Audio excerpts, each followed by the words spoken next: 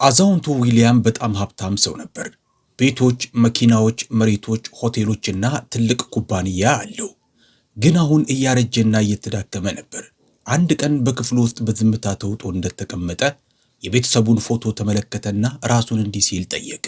በዚህ ቤት ውስጥ የእውነት የሚወደኝ ማን ነው? በታመምኩና ረዳት በሌለኝ ጊዜ ካጠገቤ የሚቆየውስ ማን ነው? ከዛም ዊሊያም ታማኝ ጠበቃውን ሚስተር ጆንንና የግል ሐኪሙን ዶክተር ማክስዌልን ወደ ህንፃው እንዲመጡ አደረገ። በጥናት ክፍሉ ውስጥ እንዲቀመጡ ካደረጋቸው በኋላ በለሆሳስ ድምፅ እንዲህ አላቸው። በጣም የታመምኩ ማስመሰል እፈልጋለሁ።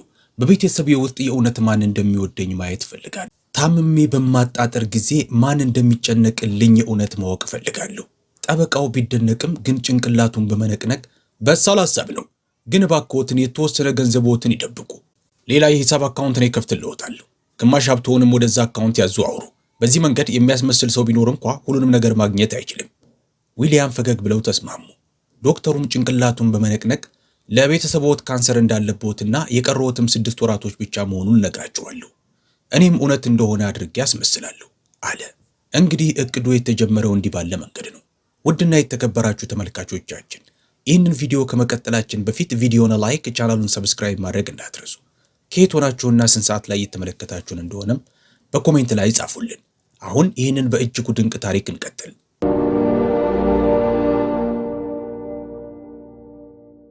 በማግስቱ ጠዋት ዊሊያም ጎላ ባለ ድምፅ መሳል ጀመሩ። አልጋቸው ላይ ተኝተው ወደ ውጭ መውጣት አቆሙ። በደንብ መመገብም እምቢ አሉ። ደካማም መስለው ታዩ። ባለቤታቸው አጋታና ልጆቻቸው ፍራንክ፣ የመጀመሪያ ልጃቸው ዴቪድ፣ ሁለተኛ ልጃቸው ሰንቲያ፣ የመጀመሪያ ሴት ልጃቸውና ሮዝ፣ ሁለተኛ ሴት ልጃቸው ሁሉም ተጨነቁ። ዶክተር እንጥራ ስትል ሰንቲያ ጮኸች። ወዲያውኑ ዶክተር ማክስዌል መጥቶ መረመረ፣ በመላው ቤተሰቡ ፊት። ከዛም በሐዘነ ፊት ተመለከታቸውና እንዲህ አለ። አዝናለሁ፣ አባታችሁ በጣም ታሟል። ካንሰር አለበት። ከ6 ወር ጊዜ በላይ ላይኖር ይችላል። ሁሉም ሰው በሲቃ ተነፈሰ። ምን ስትል ሮዝ ጮኸች፣ አለቀሰች። አይሆንም አባዬ፣ እባክህን ጥለኸኝ አትሂድ። ፍራንክና ዴቪድ እንኳ የደነገጡ ይመስላሉ። አጋታ እጇን ደረቷ ላይ አድርጋ ቀስ እያለች ተቀመጠች። በመጀመሪያዎቹ ጥቂት ቀናቶች ውስጥ ሁሉም ቤተሰቡ እንደሚጨነቅላቸው ማስመሰል ጀመሩ። ምግብ ይዘውላቸው ይመጣሉ። ደህንነታቸውን ቼክ ያደርጋሉ። ካጠገባቸውም ይቀመጣሉ። ጣፋጭ ለዛ ባላቸው ቃላቶቹም ያናግሯቸው ነበር። ነገር ግን ከሳምንት በኋላ ነገሮች መለወጥ ጀመሩ። አጋታ ወደ ክፍሉ መምጣት አቆመች። ሲሰቃይ ማየት አልችልም አለች።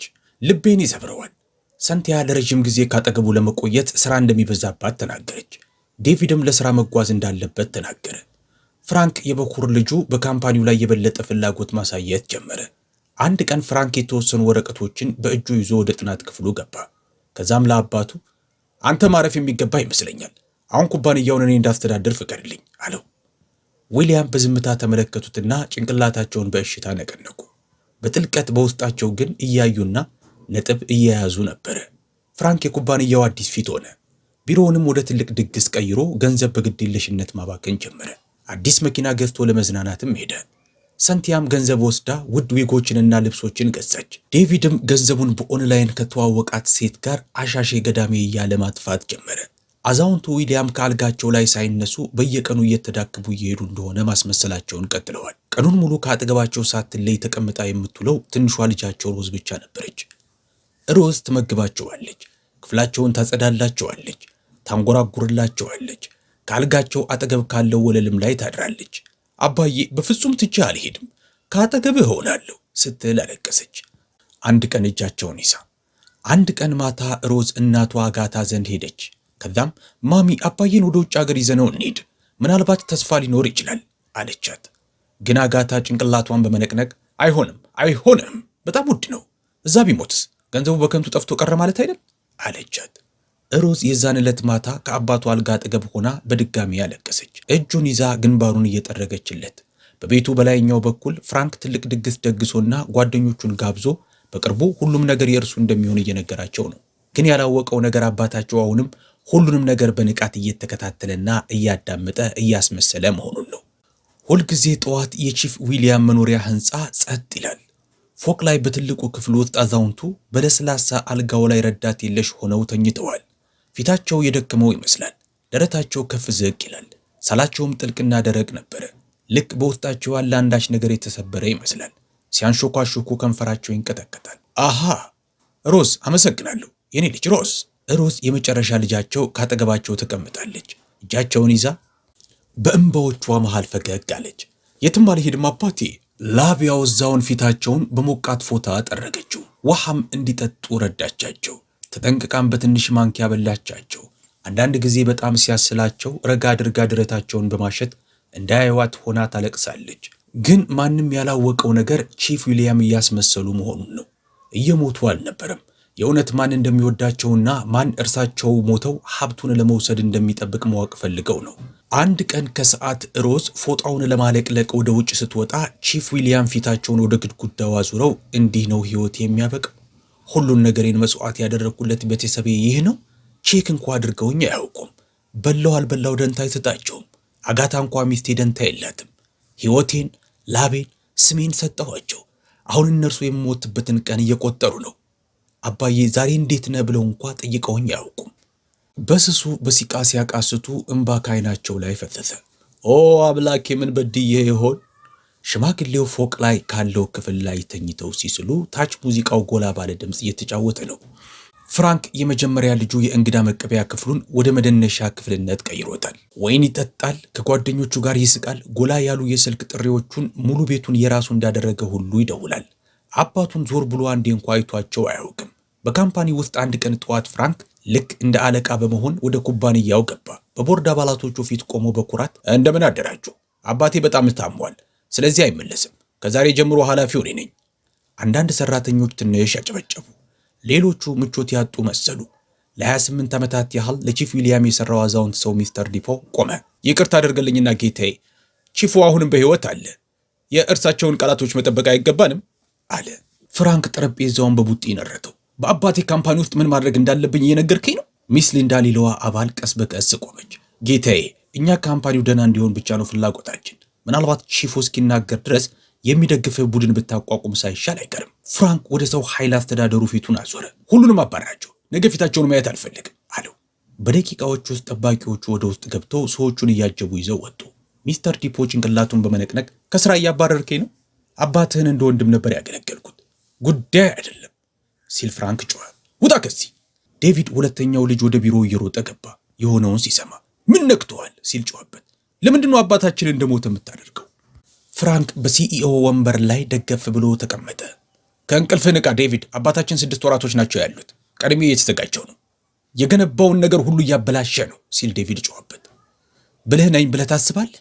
ውጭ ሀገር ሄደህ ስለመጣ ሲል ፍራንክ ጮኸ። ዴቪድ ቀረበው። ይህንን እብደትን አቁም፣ ያለበለዚያ እኔ ያስቆምሃለሁ። ፍራንክ ገፋው። ዴቪድ በምላሹ በቦክስ መታው። ጠባቂዎች እየተጣደፉ ገብተው ገላገሏቸው። በኋላ የዛን ዕለት ሮዝ ስለ መደባደባቸው ሰማች። ልቧ ተሰበረ። ሁለቱንም ጠራቻቸው ወደ ሳሎኑ። በአይኖቿ እንባ ሞልተው ሁለታችሁ ለምንድን ነው የምትጣሉት? አባታችን መታመሙን ታውቃላችሁ። ለምንድን ነው በገንዘቡና በኩባንያው የምትጣሉት? አሁን እሱ የሚፈልገው የኛን ፍቅር ነው። አባታችን ጥሩ ህይወት አልሰጠንም? ለኛ የሚበቃውን ያህል መስዋዕትነት አልከፈለልንም? ለምን ትክዱታላችሁ? አሁን ፍራንክ ወደ ታች ተመለከተ። ዴቪድም ዝም አለ። እርሱ አንዳች ነገር ቢሆን ፈጣሪ ይቅር አይልንም አለች። ከዛም እያለቀሰች ጥላቸው ሄደች። የዛን ዕለት ምሽት ሮዝ አባቷን እየመገበች ሳለች በሩ ተቆረቆረ። ሚስተር ጆን ነበረ። የቤተሰቡ ጥበቃ ወደ ውስጥ ገባ። ካልጋው አጠገብ ተቀመጠና ዛሬ ልጆች ተደባደቡ። ፍራንክ የቀድሞ ሰራተኞችን ሁሉ አባረራቸው። ካምፓኒው ስጋት ላይ ወድቋል አላቸው ረጋ ብሎ። ቺፍ ዊሊያም ደካማ ፈገግታ አሳዩት። እውነተኛ ቀለማቸውን ያሳዩትዋቸው፣ እኔ አሁንም እያየሁና እየተከታተልኩ ነው አሉት። በዚህ ጊዜ ጎላ ያለ ድምፅ ከምድር ቤት ተሰማ። አጋታና ሰንቲያ ነበሩ። መሬቱን መሸጥ እፈልጋለሁ ስትል ሰንቲያ ጮኸች። አባቴ ሊሞት እያለ ለምንድን ነው ማስቀመጥ የፈለግሽው? አጋታ ቅዝቅዝ ባለ ድምፅ መጀመሪያ ይሙታ ከዛ እንሸጠዋለን አለች። ቺፍ ዊሊያም ሁሉንም ነገር ሰምቷል። የልብ ምቱ ጨመረ። ከበሽታው በመነጨ ሳይሆን ሚስቱና ልጁ ፍቅርና እንክብካቤ ስላላሳዩት በተፈጠረበት ጥልቅ ስቃዩ ሳቢያ ሞቱን እየጠበቁ በመሆናቸው የዛን ዕለት ምሽት ሮዝ ሙቅ ሾርባ ይዛ ወደ ክፍሉ ገባች። አባዬ እባክህን አንድ ነገር ተመገብ ስትል አንሾካሾከች። ቺፍ ዊሊያም በደከማቸው አይኖች ተመለከቷትና አመሰግናለሁ ሮዝ፣ አንቺ ብቻ ነሽ ከጎኔ ያልራቅሽው አሏት። ካጠገባቸው ተቀምጣ አለቀሰች። አንተ አንድ ነገር ብትሆን አባዬ ለራሴ ይቅርታ አላደርግለትም። እጇን ነኳት። በማግስቱ ፍራንክ በካምፓኒ ውስጥ ሌላ ስብሰባ ጠራ። አዲስ ሐሳብ አለኝ አለ።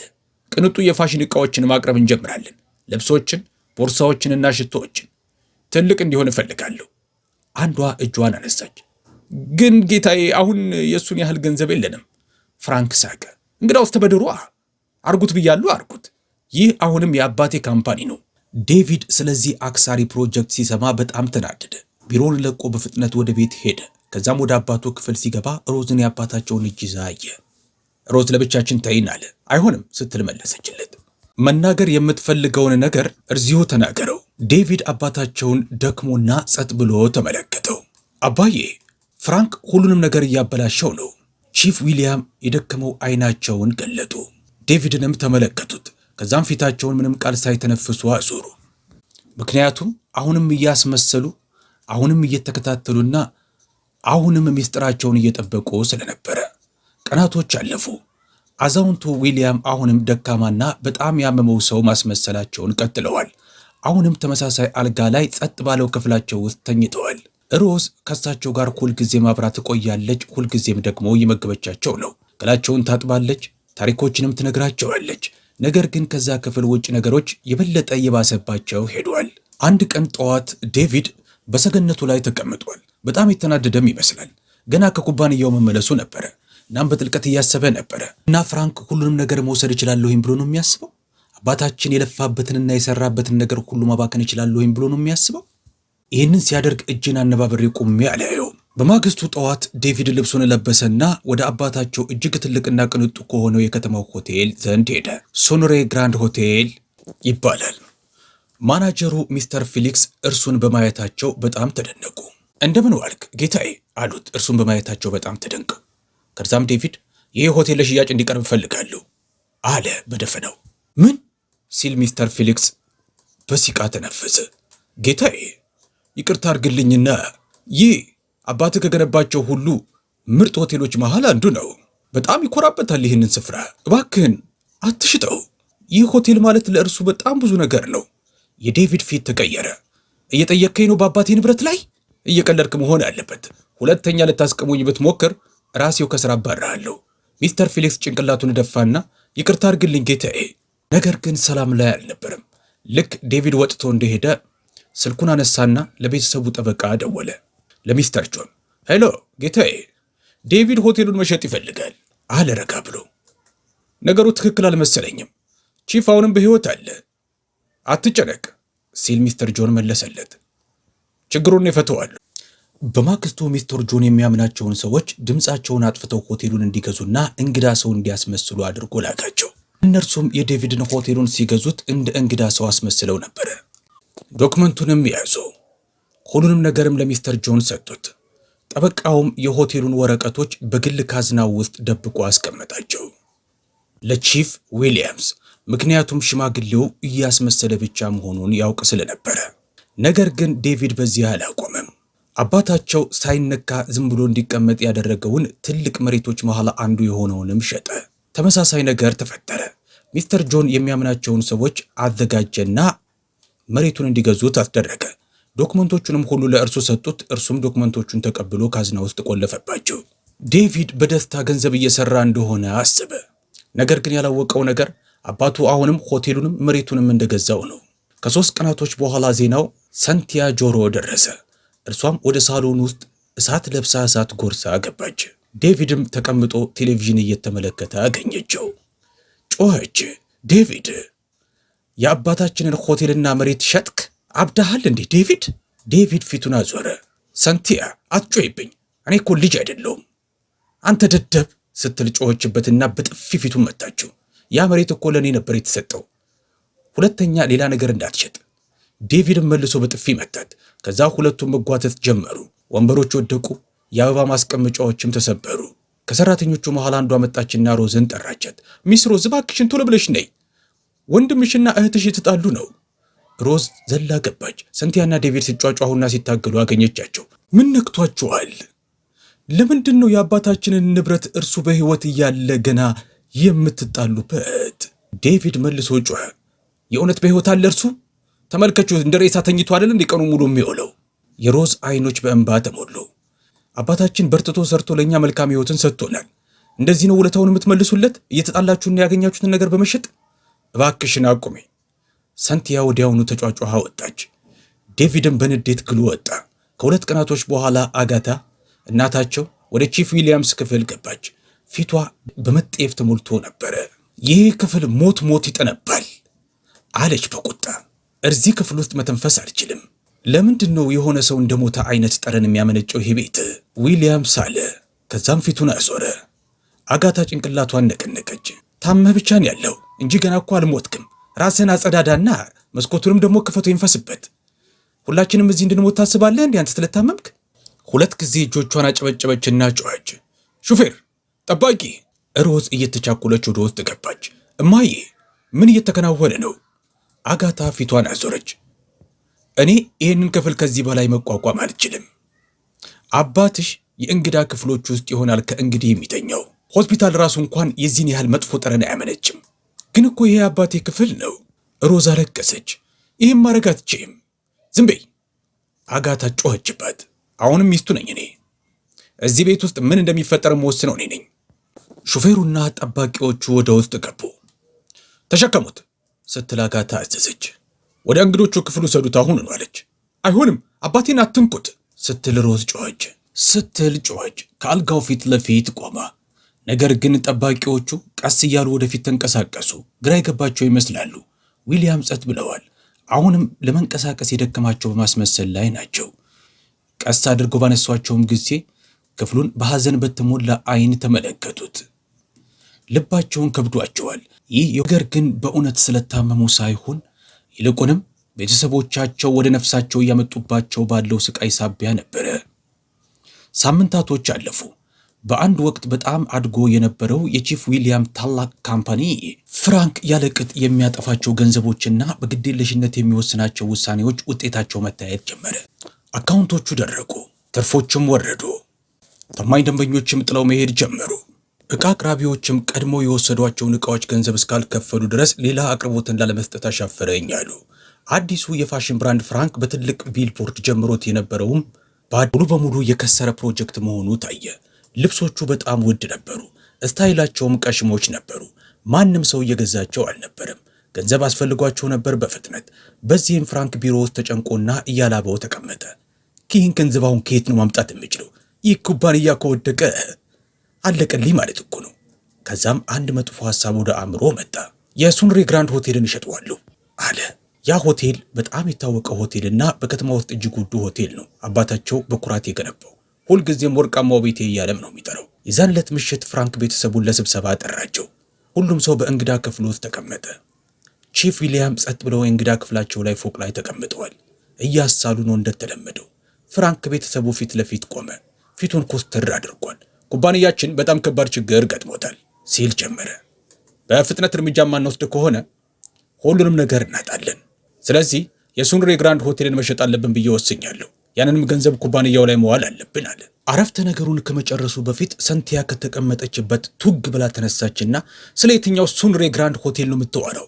ዴቪድ ቀድሞ ስለሸጠው? ሙሉ ክፍሉ ጸጥ ረጭ አለ። ፍራንክ በቁጣ ዞረ።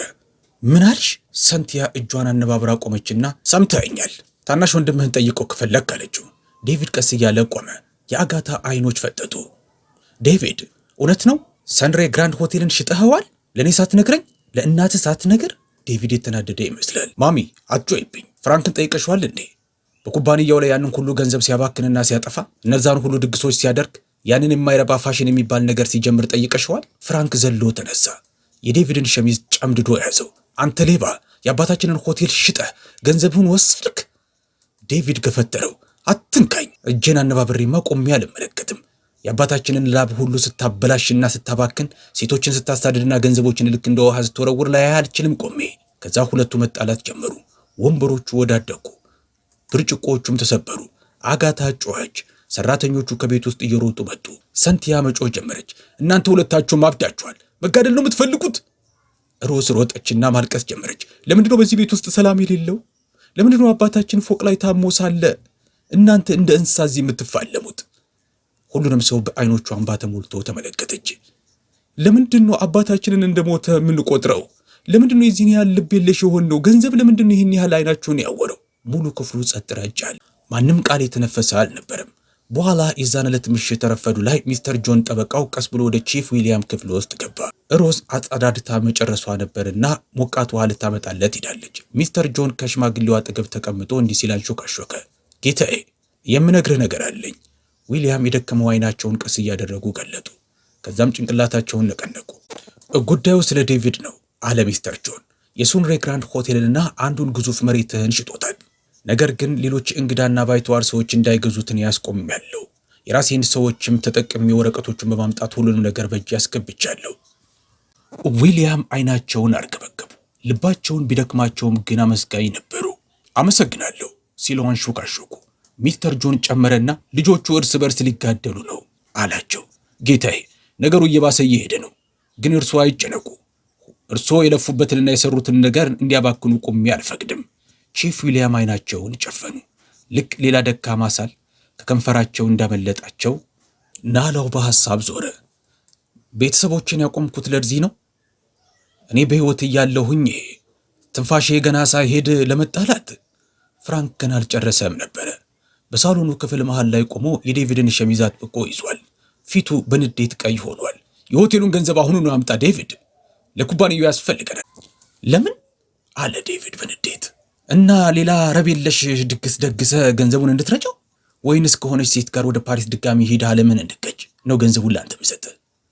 5 ሳንቲም አልሰጥህም አለው። ፍራንክ ወደ እሱ እየተንደረደረ ሄደ። ነገር ግን በመሃላቸው ሮዝ ገብታ ቆመች። ሁለታችሁም አቁሙ ስትል ጮኸች። ምን ነክቷችኋል እናንተ? አባታችን ፎቅ ላይ ታሞና ደክሞ ነው ያለው።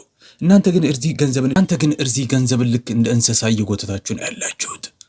ዴቪድ የመኪናውን ቁልፍ ይዞ ከክፍሉ እየበረረ ወጥቶ ሄደ። ፍራንክ ፊቱን ወደ እናታቸው ወደ አጋታ ዘንድ አዞረ። እጆቹን እያንቀጠቀጠ ማሚ፣ ሰምተሻል? የአባታችንን ሆቴል ሽጦ ገንዘቡን ይዟል። አሁን ምንድነው የምናደርገው? አጋታ ረጋ ብላ እጇን ወደ ተወው፣ ግትር ሰው ነው እርሱ። ገንዘቡን ማምጣት ካልፈለገ ሌላ ቤት ወይም ደግሞ መኪና ሽጥ። የማንን መኪና ነው መሸጥ የሚገባኝ? የኔ አይሆንም መቼም በእርግጠኝነት አለችው አጋታ። አይኗንም ሳታርገበግብ የአባትህን ነጩን ኤስዩቪ ሽጠው። ከዛ ሮዝ ጣልቃ ገባችና ምንድን ያልሽው እማዬ አለች። አጋታ ዞረች። ሰምተሽኛል፣ ያንን መኪና ይሽጠው፣ ገንዘቡ ያስፈልገናል እማዬ። ሮዝ አይኖቿ በእንባ ተሞልተው እማዬ፣ ያኮ የአባታችን በጣም የሚወደው መኪና ነው እና ደግሞ እርሱ ገና በሕይወት እያለም ልሸጡት ፈለጋችሁ? አጋታ ጮኸችና ቆመች። አይገባሽም እንዴ? ገንዘብ ያስፈልገናል ኩባንያውን ለመደገፍ አንሽ እኮ። ሁሉም ነገር ከመውደሙ በፊት እኮ ነው ምንልሽ። ሮዝ ጭንቅላቷን ነቀነቀች። እንግዲያውስ ለፍራንክ የቀድሞ ሰራተኞቹን ያባረራቸውን መልሶ እንዲያመጣ ንገሪው። እነዛ ሰዎች የኩባንያውን መሰረት ያውቁታል። ድጋሚ ለመገንባት ኩባንያውንም ሊረዱ ይችላሉ። ፍራንክ ተናደደ። በፍጹም ባለጌዎችና ረቤለሽ ነበሩ እነሱ። ታማኝ ነበሩ ስትል ሮዝ ጮኸች። ለአባዬ ታማኝ ነበሩ እና ደግሞ እርሱ ካመናቸው እኛም ልናምናቸው ይገባል። ከ2 ቀናቶች በኋላ የህንፃው በር ቀስ በቀስ ተከፈተ።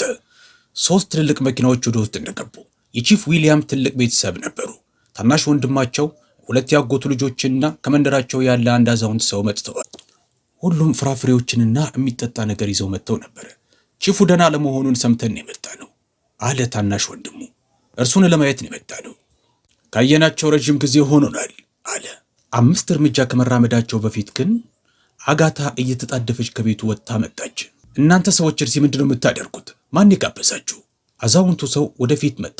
ረጋም ብሎ እመቤት፣ እዚህ የመጣ ነው ወንድማችንን ለማየትና ለእርሳቸው ለመጸለይ ነው።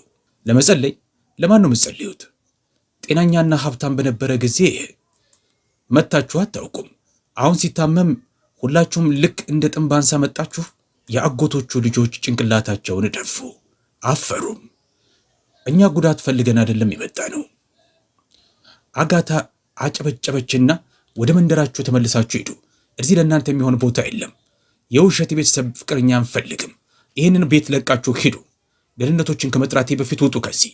ግን እባክሽን ቢያንስ ሰላም እንኳን ልንለው አንችልም? ሂዱ፣ ይህንን ስፍራ ለቃችሁ ብያለሁ፣ ሂዱ ስትል አጋታ ጮኸች። ከጠባቂዎቹ መሃል አንዱ ከበሩ አጠገብ ላይ የቆመው በፍጥነት መጣና በሩን ከፈተ። ሌላ ቃል ሳይተነፍሱ እንግዶቹ ጭንቅላታቸውን ደፍተው ወደ መኪናቸው ዝም ብለው ተመለሱ። ከዛም እየነዱ ሄዱ። ከመስኮቱ ላይ ከፎቅ ላይ ሆና ሮዝ ሁሉንም ነገር እያየች ነበረ። በስቃይ በዓይኗ ላይ የሚፈሰውን እንባዋን ጠረገች። ከዛም ወደ አባቷ አልጋው ላይ ዝም ብሎ ወደ ተኛው ዞረች። ነገር ግን ልባቸው ተሰብሮ ነበረ። ምንም እንኳን መንቀሳቀስ ባይችሉም በጉንጫቸው ላይ አንዲት እንባ እየፈሰሰች ነበረ። ውድና የተከበራችሁ ተመልካቾቻችን ይህ ታሪክ በጣም ረጅም ስለሆነ በአንድ ክፍል ማጠቃለል የምንችል አይደለም። ስለሆነም ይህንን ታሪክ ከወደዳችሁ እባካችሁን በኮሜንት ላይ ክፍል 2 እንዲቀጥል ይቀጥል በማለት ጻፉልን። በርካታ ሰዎች ታሪኩን ወዶ እንዲቀጥል የሚፈልግ ከሆነ እኛም ይህንን ታሪክ በቀጣይ ይዘነው የምንመጣ መሆኑን ቃል እየገባን ለዛሬ እዚህ ላይ እናበቃለን።